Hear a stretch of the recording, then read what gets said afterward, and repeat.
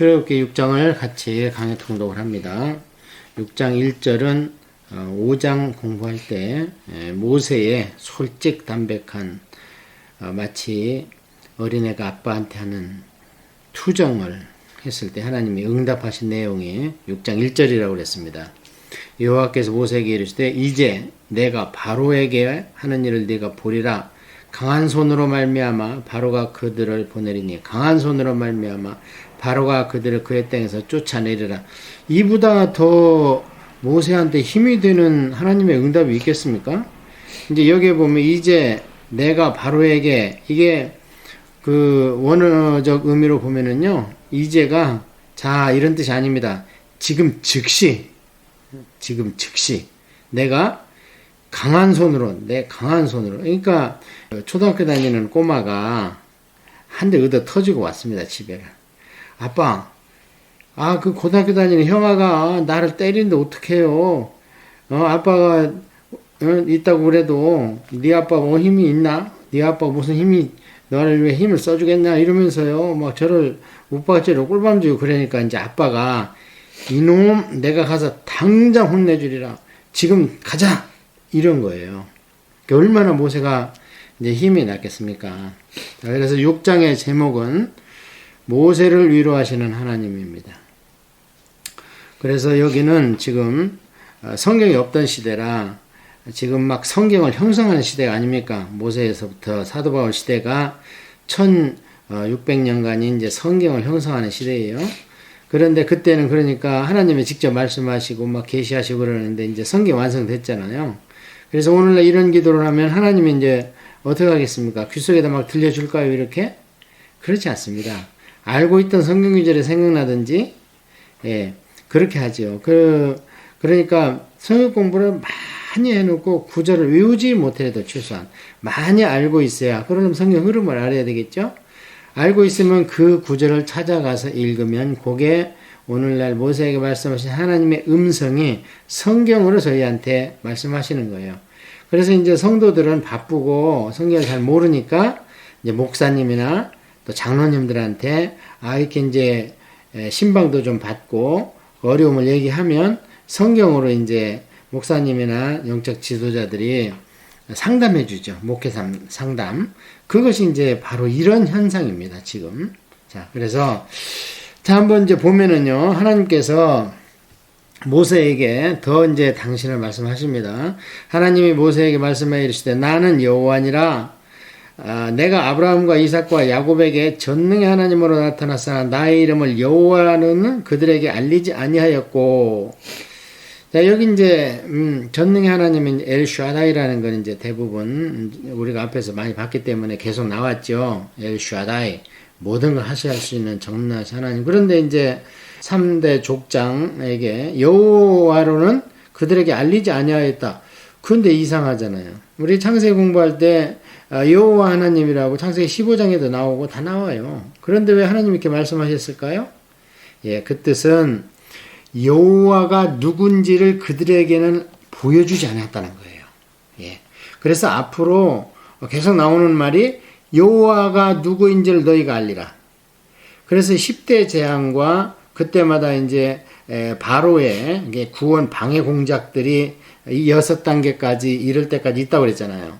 그 스테이지를 올라갈 때마다 바로는 여호와 하나님이 모든 신 중에 최고라는 걸 깨닫게 되는 것이고, 그 다음에 이제 이스라엘 백성은 우리 하나님이 진짜 여호와다. 스스로 혼자 계시는 분이고 아무에게도 무슨 도움도 필요로 하지 않는 분이다. 그걸 알아가는 거예요. 이게 굉장히 중요하죠.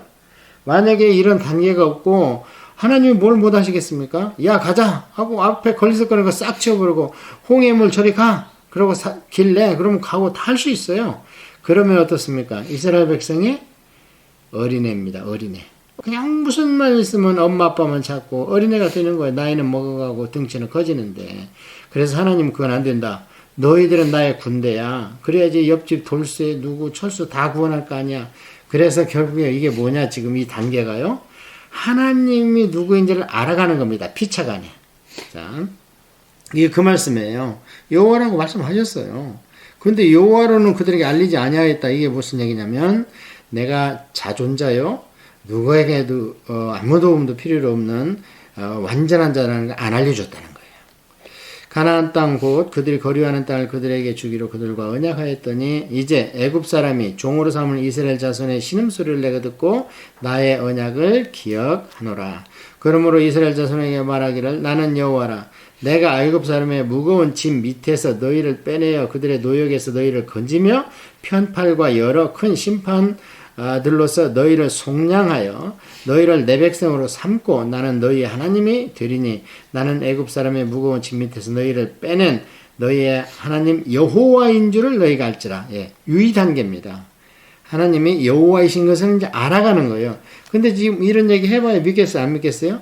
안 믿죠. 안 믿으니까 알아가는 거예요. 참 봅시다. 믿나 안 믿나. 내가 아브라함과 이삭과 야곱에게 주기로 맹세한 땅으로 너희를 인도하고 그 땅을 너희에게 주어 기업을 삼게 하리라. 나는 여호와라 하셨다 하라. 자, 말씀을 엑기스로 모세한테 딱 들려줍니다. 이렇게. 자, 내가 알았지? 이게 내 메시지야. 그러니까 모세가 하나도 빼도 더하지도 않고 그대로 9절에 모세가 이와 같이 이스라엘 자손에게 전하나 이게 목사입니다. 이게 신학교가 되어야 되는 겁니다. 이와 같이 그냥 그대로 더하지도 빼지도 않고 전하나 그들의 마음이 상함과 가혹한 노역으로 말미암아 모세의 말을 듣지 아니하였더라. 예, 그러니까 여호와를 모르는 겁니다. 전혀 이렇게 얘기를 해도. 그러니까 하나님을 우리가 첫째는 하나님 우리한테 특별히 허락하신 지성이 있습니다. 사람한테는. 동물한테 이런 게 없어요. 그걸로 하나님을 알아가야 되고 그거 갖고 안 된다는 거예요. 그럼 뭐가 필요하냐? 체험. 하나님과 하나님이 계시다는 체험을 내 영혼육에 같이 있어야 그 믿음이 흔들리지 않는다는 거예요.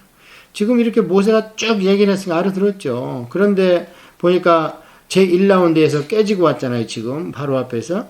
그러니까 이 백성들이 마음이 상함. 이 상함이라는 얘기가 실망함이라는 뜻이거든요.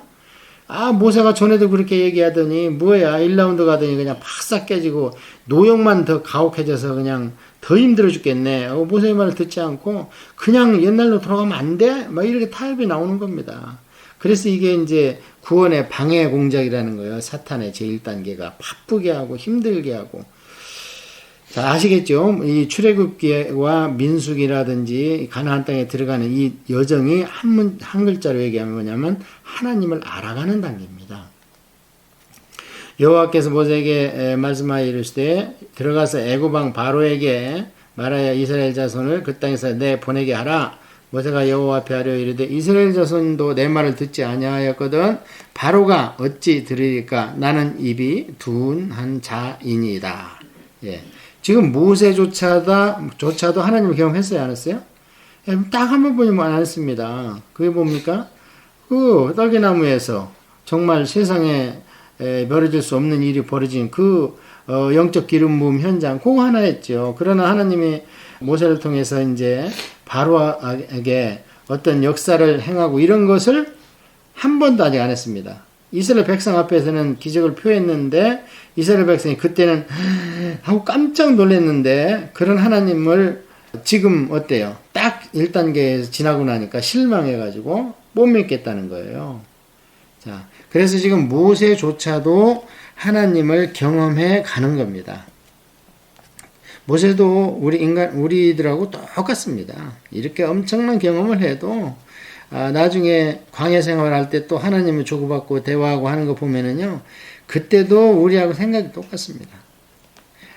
자, 그렇게 해서 이제 이렇게 나는 입이 둔한 자이다 다시 한번 얘기를 해요. 근데 여기 입이 둔한 자이니다가 원어적으로 보면은 입에 할례를 받지 못했습니다. 할례를 받지 못한 입술을 가지고 있습니다. 이런 얘기예요. 그러니까 어째요? 우리 입술에 기름 부음을 받아야 되는 겁니다. 기름 부음을 받아야 하나님 말씀이 나오고 믿음이 생기는 거고요. 여호와께서 모세와 아론에게 말씀하사 그들로 이스라엘 자손과 애굽 왕 바로에게 명령을 전하고 이스라엘 자손을 애굽 땅에서 인도하여 내게 하시리라. 예. 그래서 이렇게 쭉 하다 보면은요, 이제 하나님께서는 굉장히 애를 다 하십니다. 예. 자, 이렇게 나온 뒤에 이 모세에 대해서 이제 역사적 증명을 해주십니다. 모세가 그냥 어느 날 이스라엘 백성 중에서 하나를 하나님 뽑은 게 아니고 이 뼈대에 있는 하나님께서 예비하신 집안의 자손이다. 이걸 보여주는 게 이제 모세와 아론의 이 족보가 나옵니다. 왜 이게 모세와 아론의 족보라고 말씀을 드리냐면 12아들인데 이스라엘 야곱의 아들이 12아들인데 모세가 세 번째 레위의 자손이잖아요. 그러니까 12아들 중에서 세 번째 레위까지만 나와요. 그 아버지 반열은. 그러고 나서는 이제 레위 집안이 쭉 족보가 모세 때까지 나옴으로 해서 이것을 모세와 아론이 그냥 준비가 안 된 어떤 일꾼이 아니고 이미 하나님께서 선대로부터 준비해둔 그런 자손이라는 것을 보여주기 위해서 이렇게 성경에 기록을 했습니다. 아마 이거 이제 모세가 기록을 하면서 삽입을 하지 않았나 그렇게 생각을 합니다. 왜냐하면 이건 누구한테 지금 얘기한 게 아니고 그냥 서술적으로 기록을 해놓은 거거든요. 그들의 조상을 따라 집의 어른은 이러하니라. 이스라엘의 장자 야곱이죠. 야곱의 장자 르우벤의 아들은 한옥과 발로의 에스론과 갈멜이 이들은 르우벤의 족장이요. 시므온 둘째 아들이죠. 시므온의 아들들은 여무엘과 야민과 오앗과 야긴과 소알과 가나안 여인의 아들 사울이니 이들은 시므온의 가족이요. 레위 셋째 아들이죠.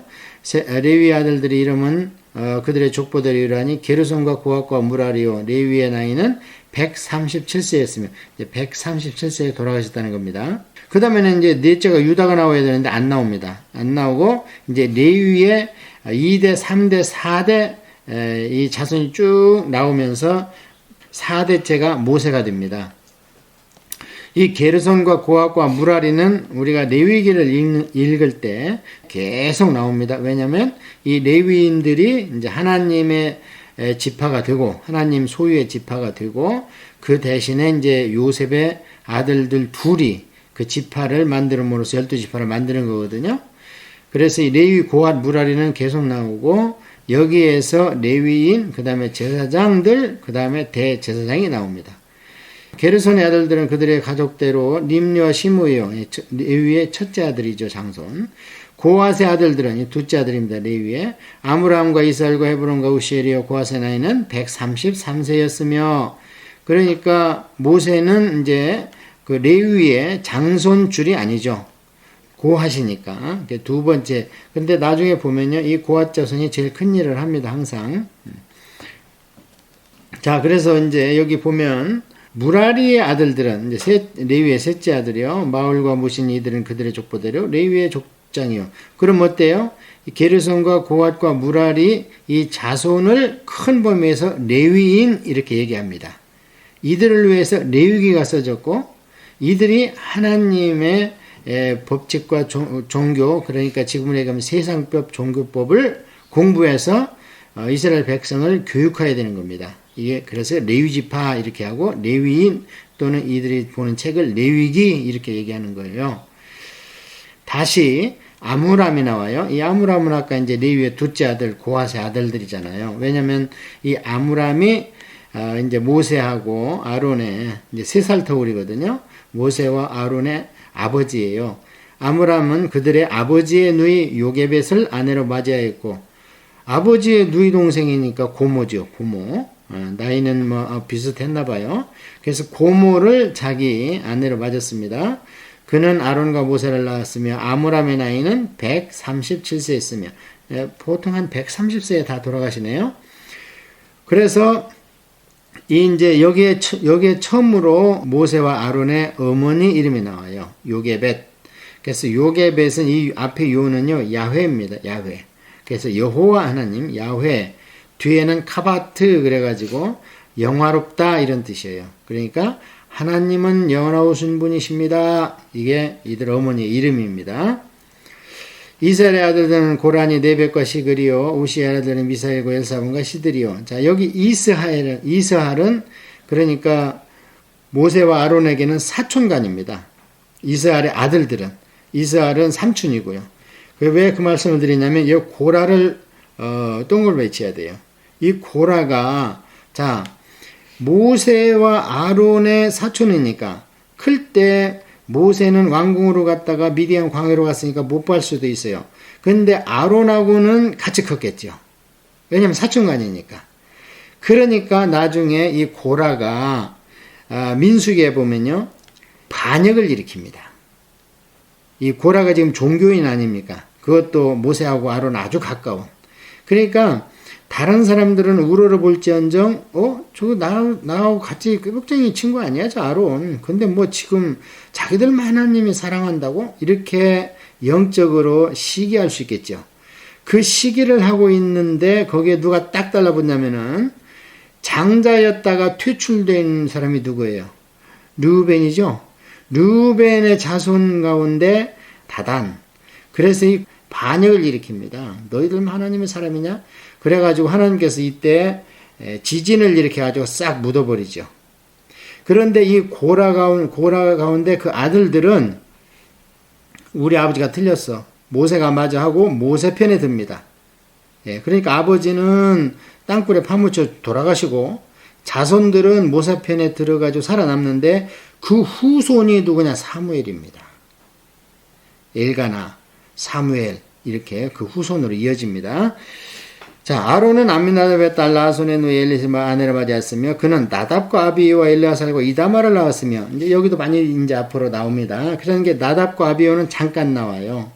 장남이니까 하나님이 찍어놨는데 나중에 이제 말씀드리죠. 나답과 아비오가 어떻게 이제 술을 먹고 그 하나님이 지정한 불이 아니라 다른 불로 갔다가 살렸다가 오히려 그냥 하나님이 불이 나와서 태워 죽여버려요. 이 아들 둘을. 그러면 이제 누가 장손이 되냐면 엘르아살이 장손이 되고 이제 이다말이 차남이 되죠. 둘밖에 안 남았어요.